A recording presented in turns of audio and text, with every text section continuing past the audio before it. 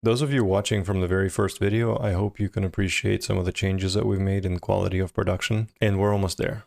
So this video is going to wrap everything into strategies. So everything that we've learned so far, signals, orders, custom studies, everything comes together under strategies.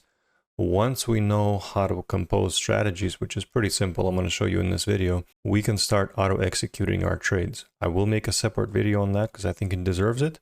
But for now, let's look at strategies interface.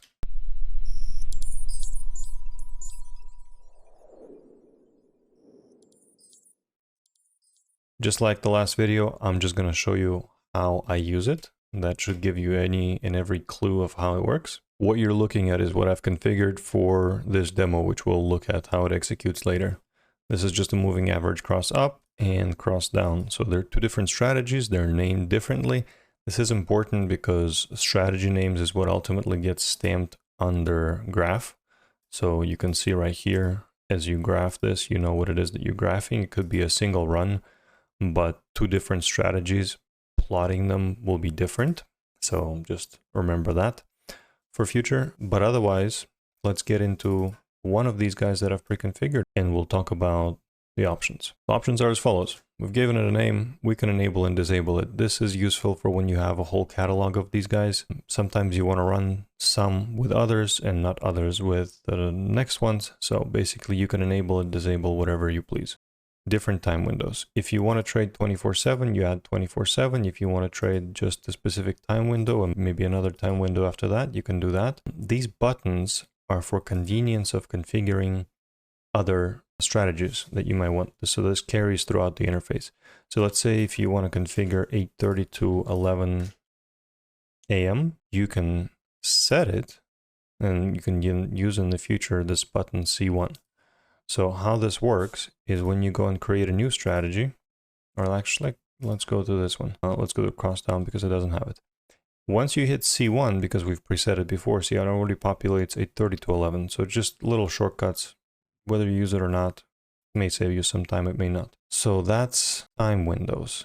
Any time that you specify in here is when the strategy is going to execute. So before it was 7:30 to 2:30, now, well, we'll remove this redundant one because it basically covers the same time window. But you can split it up. So if you want to trade just the morning and the afternoon, but skip lunch, you can do that here. Moving on to the right section of the interface, entry signals. So all the signals that we create are universal. They can be used under entry, exit, modification stages. But for a trade to enter to begin with, we obviously need an entry signal. So the catalog of signals that you've created in the past, they will all show up with one exception. There's a fail-safe check that makes sure that you do not use an entry signal across two different strategies.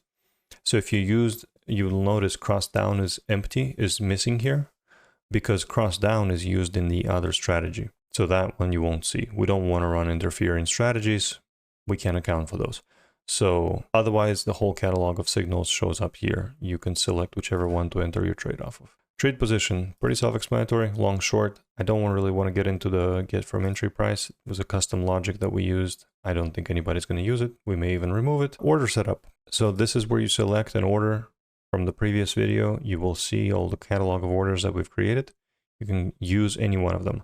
So if you use perhaps a longer gated order for long trades and a shorter one for short trades, this is where you can make that selection. So basically orders belong to strategies, just like signals and entry price parameters. So entry price is next. It will auto-determine your order entry type. It will auto-determine your order entry type based on what's configured in the order. It'll display it for you right here. This one enters current price, so it's going to be market. You'll see it change if you change the parameters here. Entry price. Obviously, we have current price. This will just get us into the trade. But along with that, here you can see you have access to all the studies and variables and custom studies that we've created from either Sierra or for our own use under custom studies. So speaks a little bit to the idea that you can make this thing trade off of any level for any reason. The field is yours, play it. Entry offset, pretty self-explanatory as well, I think, but if you do current price, but you want to be a quarter point above, quarter point below, however much you want to do it. It makes more sense if you're doing like moving average entry and you want to front run it by, I don't know, 5 points. You can do it this way. Now, let's talk about risk management before we get into plugins. So risk management, we have quite an extensive development chain on this. So we'll be adding some things here. But for now, here's a couple of things that this does. It will dynamically limit your risk for every entry. This is configurable per strategy, per configuration per strategy. So you can have a strategy that plays a longer or more risky setups, and you can have some that play less. How it does it is, quite obviously, it determines your risk based on the order. So if your order is static and you say you enter for 10 points and you happen to configure 9 right here, your trade will never enter. In fact, if your configuration is static, you probably don't need to do anything here at all. You always know what your risk is. But this is useful for when you're doing ATR based orders or any other dynamic multiple of something based orders. So you don't exactly know what you're about to enter, and volatility may be such that ATR at the time is 50 points. You may not want to enter an order that is 50 points wide. So at that point, you can restrict it to 40 points. What's going to happen is as the ATR comes down, it will lift the gate and it will allow you to enter. As the ATR crests over 40, if you're entering straight ATR, not a multiple of it, it'll just not let you enter. It'll say too much risk. And you'll see that in the logs. The other neat thing about this feature is it also works with multiple contracts. So when you're configuring an order of multiple contracts, you may, let's say I've done it in the past where we configure 5 contracts per order. Dynamically, that may play out to be all 5 enter, but it may also, with this risk parameter in points configured, it may play out to only allow you to enter 4. So if the volatility is, let's say 30 at the time, and we're ordering 1 times volatility for our stop, obviously we can only fit only 3 of those under a 100-point risk parameter, because 4 will take us to 120. So this is where what it does, if you click the allow order trimming window, it will trim off the later portion of what you've configured under orders. So if your order says 5, but your risk parameter says no more than 100 points and only 3 fit, then you'll end up with 3 orders on that trade. So it keeps your risk in check, but allows you to stay dynamic. So if you can fit 5 contracts under your risk parameter or more, then do so. If not, it'll trim it for you. So that's this section. Now let's get into the fun part, which is plugins. Plugins do a lot of things, and this list is going to expand largely with user requests, but as we're working on things, we will expand this list as well. Every plugin has its basically appropriate time for life or configuration. What that means is we've separated them by placement, pre-fill, and post-fill plugins. What you end up with is placement plugins are what you have as you place the trade. So everything before the trade is filled gets modified by these placement plugins. Currently, the only one we have is this last target runner plugin. What it does is, if we go back to the conversation about 5 contract orders, it takes the last contract, whichever one that ends up being. So if you have order trimming on and it ends up being contract number 4, it takes that contract and it makes its target arbitrarily large with just your ability to put a trailing stop on it or whatever, however you want to manage that trade. But it basically, instead of a predetermined stop, it makes it a runner. A fun thing to test out. You can play with different settings on it. So that's a placement plugin, because that is determined when the placement of the trade happens. Then we move over to pre-fill plugins. A lot of these are useful. I use, I think, all of them, depending on what type of strategy that I'm trading. All of them have their description to the left, but to run through them briefly: cancel after time, pretty self-explanatory. Once you configure it, it gives you an option of how many bars. Bars tell you your time.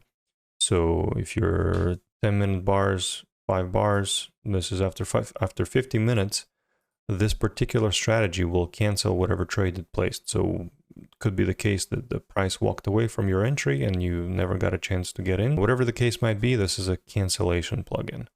Next one is cancel trade signal. This one is very useful. So if you configure a entry logic and then an exit logic that would obviously not agree with the entry logic, then configuring this here, if your exit happened before your trade was filled, it'll go ahead and cancel your trade.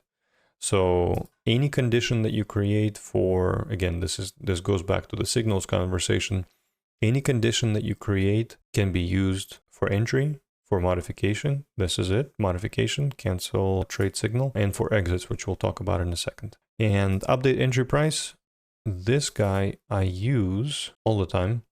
So if I'm ordering a trade off of, let's say, moving average, but my price is above the moving average and I need to wait for it to come down, I cannot wait at the same level that I placed the trade on because I need to still enter off of a moving average. So when the next bar happens and the moving average gets recalculated, I need to update that price. So this is what this plugin does. Every bar that the trade has not yet filled, it'll update the price for you for entry. Yeah, that's all that does. Now, post-fill plugins. So there's a few, but they're very, very useful. Modify trade signal, let's talk about this one first.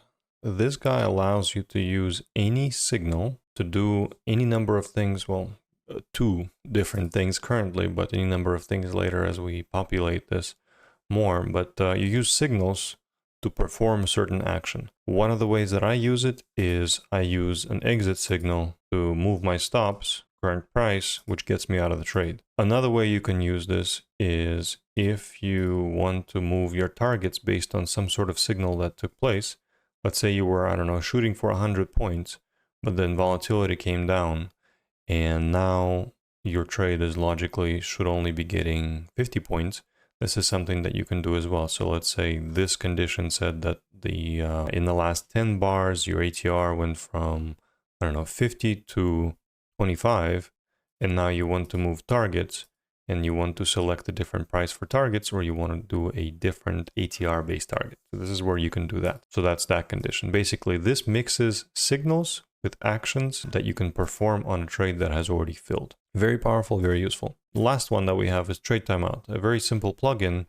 There are a couple of tricks to it though. So trade timeout, it operates in number of trades and in seconds. So basically your limiter, your throttle, if you would, how many trades you're able to place within the number of seconds specified here. Why this is, as you're trading, or as you're rather backtesting, you have ability to do bar-based backtest, which will automatically not enter a trade any more than once per bar. That's just how it is, because actually 4 times per bar in Sierra's term, because it evaluates every bar open, high, low, close. But for our purpose, we also have ability to test tick by tick replay. And in that one, if you have a condition where your entry and exit are always changing within the same bar, let's say it's a moving average that's constantly crossing over, well, you want to limit your entry to, let's say, once per bar. So if your bar is, I don't know, 10 minutes and you want to enter once, then you want to configure it this way. So this is once per 10 minutes and you hit OK. So trade timeout, useful under different scenarios. And that's all for plugins and really for the entire interface. So most of it, I hope, is pretty self-explanatory. As you use it, you'll definitely get a little more used to it and understand it. The shortcut section, I hope you take advantage of it. It is useful for creating multiple different strategies back to back to back. Once you preset time, so you can have 3 different time windows. And that's really, I think, about it.